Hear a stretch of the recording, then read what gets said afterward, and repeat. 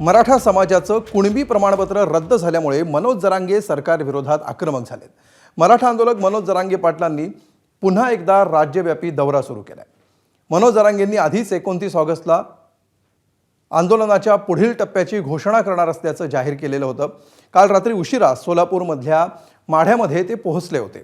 तिथं त्यांचं जंगी स्वागत झालं। त्यानंतर आज दिवसभरात मराठा समाजाशी त्यांनी चर्चा केली आहे। कोणत्याही आंदोलनाआधी मनोज जरांगे अशाच प्रकारे गावोगावी जातात, कार्यकर्त्यांशी संवाद साधतात। यावेळी देखील याच पद्धतीने त्यांनी दौरा सुरू केलाय। त्यांच्या यावेळच्या दौऱ्यामध्ये रद्द होणारं कुणबी प्रमाणपत्र हा मुद्दा आघाडीवर आहे।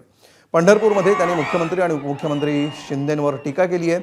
आमच्या नोंदी रद्द का केल्या याचं उत्तर द्या असं जरांगेंनी म्हटलंय। समाजासाठी आपला जीव देऊही शकतो आणि घेऊही शकतो असा इशारा त्यांनी केला।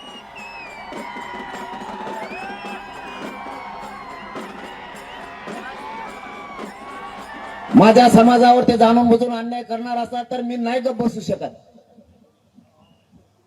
काही कारण नसताना माझा साधा प्रश्न आहे सरकारला, मराठेच तुम्हाला जर सत्तेवर बसवते तर आमच्या प्रश्नाचे उत्तर द्यायला आमचं फडणवीस साहेबांना म्हणणं आहे आणि एकनाथ शिंदे साहेबांना म्हणणं आहे, तुमच्या बावनकुळ्याने आमच्या नोंदी रद्द केल्या का केल्या याचं उत्तर द्या। एकनाथ शिंदेनं शिरसाटांनी का नोंदी रद्द केल्याचं उत्तर द्या। या समाजाच्या लेकरा बाळासाठी सरकारचा वैरी झालोय आणि माझ्यावर तर नुसते षडयंत्रच आहेत। कवा उठलं की षडयंत्र। फडणवीस साहेबांचं आणि शिंदे साहेबांचं हे आता डबल शेवटचं षडयंत्र होतं। शिंदे साहेब यांच्यात कस काय मिसळली याचाच मेळ लागला नाही। मी माझ्या जातीच्या लेकरासाठी कुठल्याही टोकाला उतरू शकतो। मी जर जीव घ्यायला उपोषण करू शकतो तर मी कोणाचा जीव घ्यायला सुद्धा मागे पुढे बघणार नाही। मला त्या रस्त्यावर उतरू नका। नाही, मला वाटतं दोन्ही गोष्टी त्यांनी करू नये। जीव घेऊ तर नक्कीच नाही, तो गुन्हा होईल। आणि जीव दिला तरी आम्हाला महाराष्ट्राला, मराठा समाजाला जरांगेंची गरज आहे।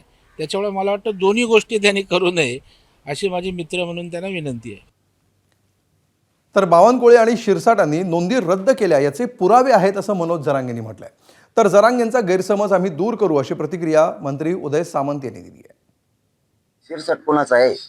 त्याने काय एखाद्या अफगाणिस्तानमध्ये पार्टी काढलेली का? त्याचा येऊ त्याला कळत नाही का? आपल्या शिंदे साहेबांनी जर एवढं केलंय तर आपण कशाला कुठाने वाढवायचे? बावनकुळ्याच्या माध्यमातून करायचं का? मला आरोप मी सत्य असेल तर करतो। मी याच्यात छगन भुजबळचं नाव घेतलं का? त्यांनी केलं म्हणून धन्याचं। समजा मला राज आहे म्हणल्यावर मी बोलणार ना, मी मोगम नाही बोल। ज्यांनी केलं त्याला सुट्टी नाही। आणि तुम्ही सूड घेतला ना, आमच्या मराठा समाजावर अन्याय केला ना, प्रमाणपत्र रद्द करून तुमचा आम्ही सूड घेणार। माझी त्यांना विनंती आहे की माननीय मुख्यमंत्री असतील, माननीय उपमुख्यमंत्री असतील, बावनकुळे साहेब असतील, ही सगळी लोक मराठा समाजाला प्रामाणिकपणानं न्याय देण्याची भूमिका घेत आहेत, त्यांनी घेतलेली आहे। ओबीसीच्या आरक्षणावर परिणाम न होता माननीय शिंदे साहेबांनी मराठा समाजाला प्रचंड पद्धतीने देण्याचा निर्णय घेतलेला होता। त्याच्यामुळे गैरसमजातनं वैयक्तिक पातळीवर कोणावर बोलू नये ही देखील माझी त्यांना विनंती आहे। आणि त्यांच्या ज्या शंका आहेत, त्यांचे जे काही गैरसमज दूर झालेले आहेत ते आम्ही नक्की दूर करणार आहोत ना। तर दुसरीकडे वकील गुणरत्न सदावर्तेंनी आज पत्रकार परिषद घेत मनोज जरांगेंसह उपमुख्यमंत्री शिंदेंवर देखील निशाणा साधलाय। विखेंना माझी जाहीर विनंती आहे, जरांगेच्या या वक्तव्याला मुखसंमती आहे का? उपमुख्यमंत्री एकनाथ शिंदे साहेब, कुठे माझा उदय, सन्माननीय उदय सामंत, मुखसंमती आहे का? परत तो तिथं भुकल्यासारखा बोललाय। हा अपप्रौढ तलवारीची भाषा करतो। म्हणजे अर्थातच याला काय सांगायचंय? याला हेच सांगायचंय का दंगलीची तयारी यानं करून ठेवली का? मनोज जरांगेच्या सगळ्या जे काही इंटेलिजन्स आहेत त्याच्या संबंधित ते तपासले गेले पाहिजे।